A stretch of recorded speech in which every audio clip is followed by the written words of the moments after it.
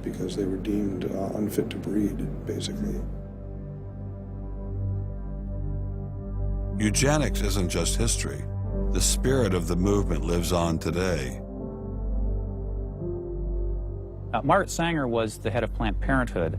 She was very fanatical in her promotion of eugenics. In fact, Planned Parenthood was all about birth control for the impoverished and lower classes to try to help improve the species.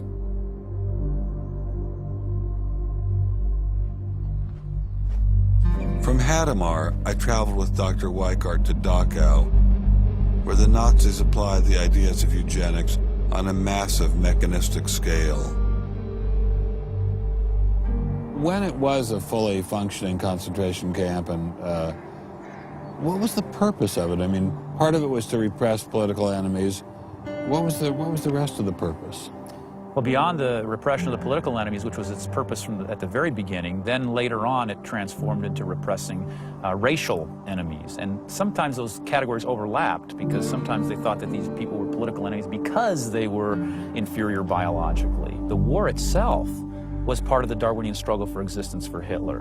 And he saw the extermination of the Jews as one of those fronts to this warfare going on as this Darwinian struggle for existence. Would you say that Hitler was insane? No, I wouldn't say he was insane. I think he had imbibed some very, very wrong ideas.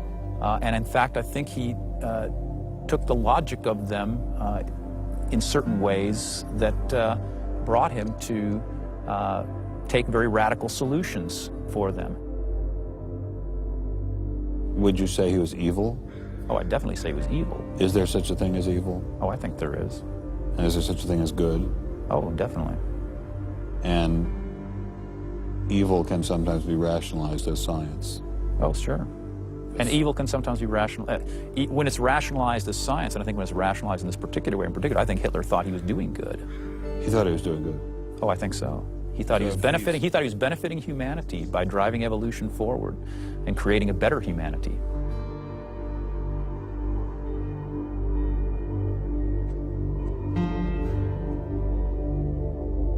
Before leaving Dachau, I stopped by the memorial commemorating the thousands of Jews who were killed there in excruciating conditions. I know that Darwinism does not automatically equate to Nazism. But if Darwinism inspired and justified such horrific events in the past, could it be used to rationalize similar initiatives today? There's a good German expression, so fängt es immer ein. I mean, it always begins in the same way.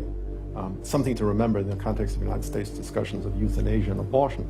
It always begins in the same way. There seems to be an excellent argument for getting rid of useless people by killing them. Or at least it seems excellent to the people advancing the argument. It's a love affair with death, and the euthanasia and this movement going on, which I find appalling. And the idea is that immediately rid our society of anybody who might be a drain, and think of people in economic terms. And I think that's where some of the Darwin fits in, actually. It's just a devaluing of human life. First of all, if you take seriously that evolution has to do with the transition of life forms, and that life and death are just natural processes, then one gets to be liberal about abortion and euthanasia.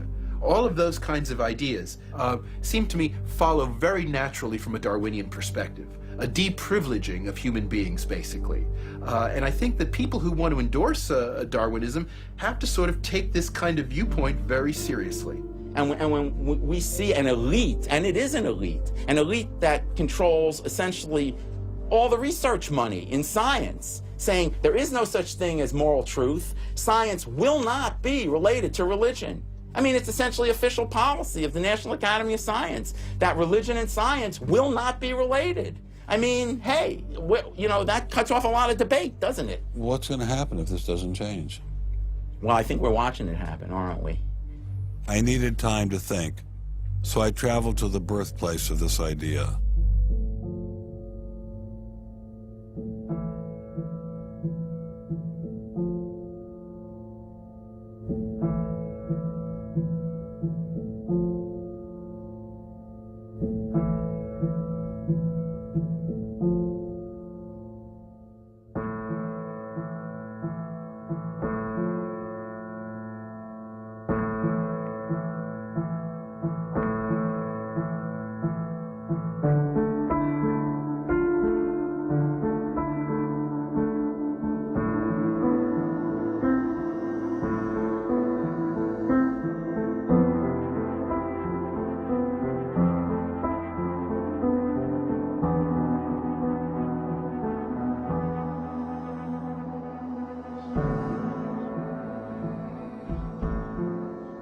With savages, the weak in body or mind are soon eliminated. We civilized men, on the other hand, do our utmost to check the process of elimination. We build asylums for the imbecile, the maimed, and the sick. Thus, the weak members of civilized societies propagate their kind. No one who has attended to the breeding of domestic animals will doubt that this must be highly injurious to the race of man. Hardly anyone is so ignorant as to allow his worst animals to breed. Charles Darwin, The Descent of Man, 1871.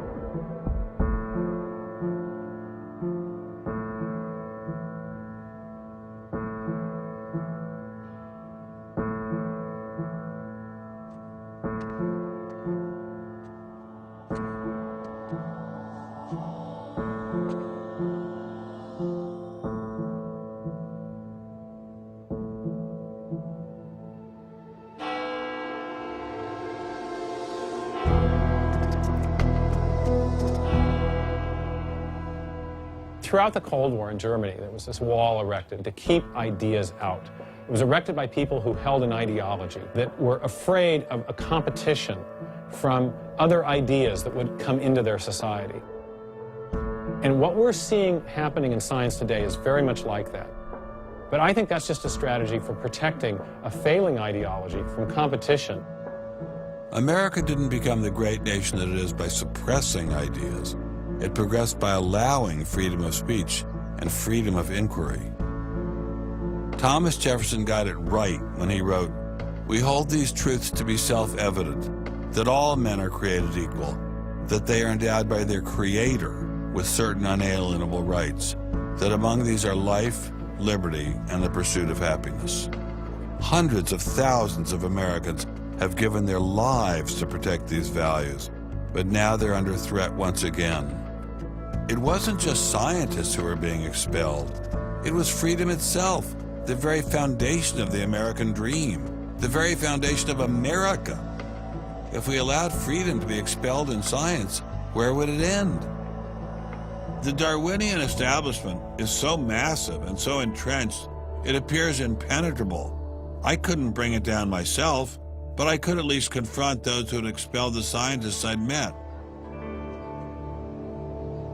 What would you say if you had Eugenie Scott sitting next to you? What would you say to her?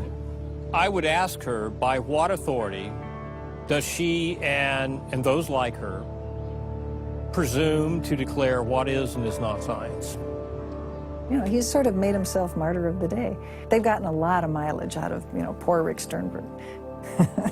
And we got lip service from the leadership of the Smithsonian, but I didn't feel they ever followed through.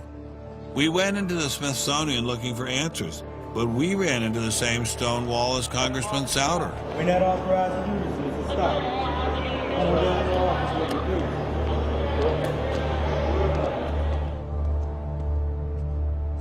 He said, nonetheless, you have to be disciplined, and I lost my job. We did get an interview with a spokesman from George Mason, but it was impossible to knock him off his script.